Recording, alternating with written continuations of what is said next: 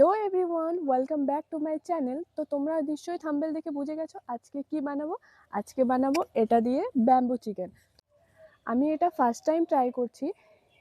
কি কেমন হচ্ছে না সম্পূর্ণ ভিডিওটা স্কিপ না করে দেখতে থাকো। তো এখন চলো ভিডিওটা শুরু করি।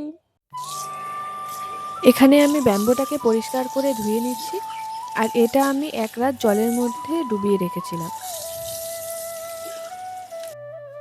এখানে আমি দুটো পেঁয়াজ নিয়ে নিয়েছি, এগুলোকে এখন ছুলে নিব।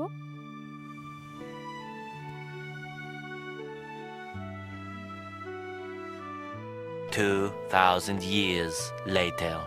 পেঁয়াজ ছোলা হয়ে গেছে, এবার এগুলোকে এক এক করে সবগুলোকে কেটে নেব।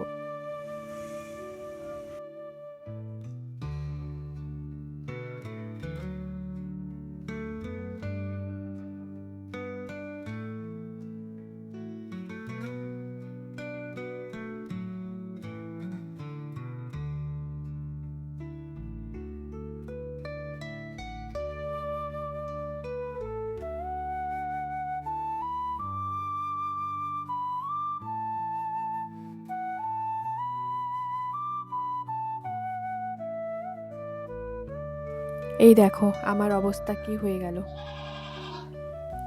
এখানে আমি রসুন নিয়ে নিয়েছি, এগুলোকে একটু বাটবো।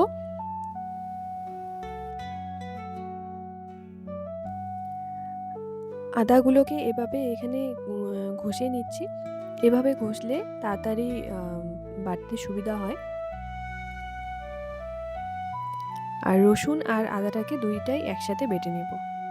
আমার ভিডিওগুলো যদি তোমাদের ভালো লেগে থাকে তাহলে প্লিজ আমাকে সাবস্ক্রাইব করে দিও, আর পাশে থাকা বেল আইকনটা ক্লিক করে দিও।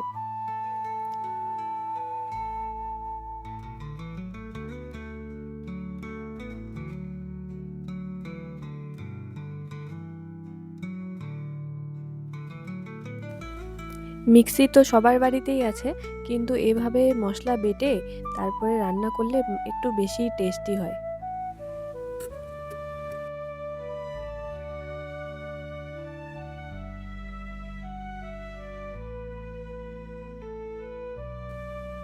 কি সুন্দর হয়েছে না আদা আর রসুন বাটাটা।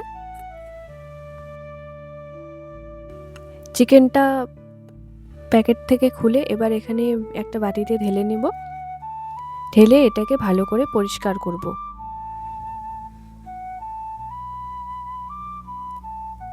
আমার পরিষ্কার করা হয়েছে, অনেক ভালো করে ধুয়ে আমি পরিষ্কার করে নিয়েছি। এবার এখানে চিকেনগুলো প্রথমে দিয়ে দিলাম। এবার এক এক করে সব মশলা দিয়ে দেব। এখানে প্রথমে হলুদ, তারপরে লঙ্কার গুঁড়ো, তারপরে জিরে গুঁড়ো আর গোলমরিচের গুঁড়ো নিলাম। এখানে কুচি কুচি করে যে পেঁয়াজগুলো কাটলাম ওগুলো এখানে দিয়ে দেব।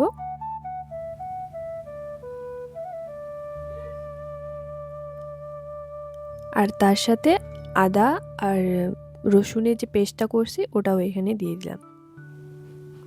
আর একটু লেবু দিয়ে দিব।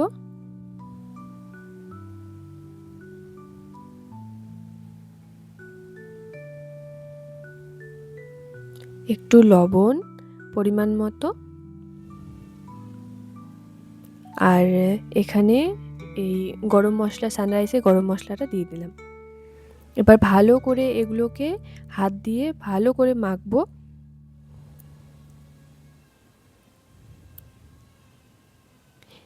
এখানে না আমি পরে একটু সর্ষের তেল দিয়েছি, ওটাকে আমি দেখাতে ভুলে গেছি। মা বলল সর্ষের তেলটা দিতে, তাই আমি সর্ষের তেলটা পরে দিয়ে দিয়েছিলাম। ভালোভাবে এটা ম্যারিনেট করা হয়ে গেছে। এবার এটাকে আধা ঘন্টার মতো রেখে দেব। কত সুন্দর লাগছে তাই না? এই হলো ব্যাম্বো। এটার মধ্যে এবার সবগুলো মাংস এক এক করে ঢুকিয়ে দেব।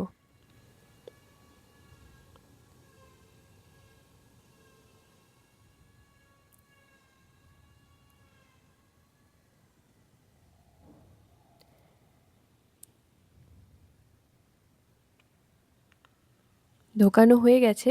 এবার যে এই পাতাটা আছে এটাই ওপর দিক দিয়ে এটা দিয়ে সিল করে দেব।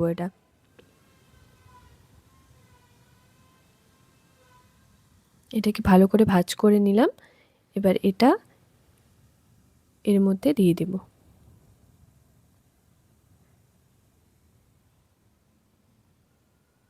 তোমাদের ভিডিওটা দেখতে ভালো লাগছে কি খারাপ লাগছে প্লিজ একটু কমেন্টে জানিও। আর তোমরা কীরকম ভিডিও দেখতে পছন্দ করো সেটাও জানিও।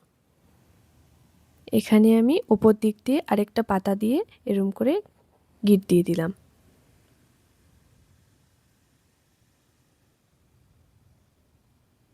এটাকে এবার আগুনের মধ্যে দিয়ে দেব। এখানে আমি আগুন আগের থেকে জ্বালিয়ে নিয়েছি। তারপরে আমার মা বলল যে তোকে দিতে হবে না, আগুন আছে, তাই মা দিয়ে দিল। এটা আমি এরকম করে আগুনের মধ্যে রেখে ১ ঘন্টার মতো রেখে দিয়েছিলাম। এটা যতক্ষণে হচ্ছে ততক্ষণে আমি একটু আমাদের গ্রামটা তোমাদেরকে দেখাই। কত সুন্দর তাই না আমাদের গ্রামটা? আর আজকের ওয়েদারটাও খুব ভালো, না ঠান্ডা না গরম, খুব সুন্দর। এখানে আমার বাবা এগুলো রসুন করেছে। আর এদিকে এটা হলো আমাদের লঙ্কার গাছ এগুলো। ততক্ষণে চিকেনটা হচ্ছে, আমি এখানে বসে থাকি। জানি না কীরকম হবে, ফার্স্ট টাইম ট্রাই করছি তো টেস্ট করে বলবো তোমাদেরকে যে কীরকম হয়েছে। এটা হয়ে গেছে, ১ ঘন্টার মতো এটা রাখা হয়ে গেছে। তাও আমি আরেকটু রেখে দিয়েছিলাম ঠান্ডা হওয়ার জন্য। ব্যাস, এটা হয়ে গেছে। এবার এটাকে নামাবো। আমার মুখ দেখে বোঝাই যাচ্ছে যে আমি কতটা খুশি এটা খোলার জন্য। আমি ফার্স্ট টাইম বানাচ্ছি জন্য আমি এত এক্সাইটেড ছিলাম যে আমি কখন এটাকে বার করব, দেখব কীরকম হয়েছে। ফাইনালি এটা হয়ে গেছে। ভালোভাবেই এটা খুব সেদ্ধ হয়েছে। আমি অনেকক্ষণ রেখে দিয়েছিলাম। এটা বার হচ্ছিল না, তাই আমি চামচ দিয়ে এরকম করে পেছন দিকে মারছিলাম। ফাইনালি এটা বার হয়ে গেছে। কালারটা দেখো গাইস, কত সুন্দর হয়েছে। আর এটা সেদ্ধ হয়েছে দেখো, চামচ দিয়ে শুধু লাগাচ্ছি ব্যাস ভেঙে যাচ্ছে, মানে এত ভালোভাবে এটা সেদ্ধ হয়েছে। প্রথমে আমি মাকে খাওয়ালাম যে খাও, দেখো কেমন হয়েছে। মা তো বলল বেশ একটু অন্যরকম লাগছে, ভালোই লাগছে। তারপর আমি ভাবলাম যে আমিও একটু খাইয়ে দেখি কীরকম লাগছে। একটু খাইয়ে দেখি কীরকম টেস্ট করছে। সেদ্ধ কিন্তু ভালোই হয়েছে।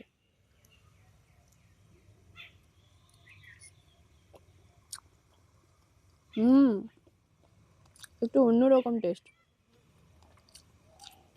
সেই লাগছে। তোমরাও বাড়িতে বানায় খাও।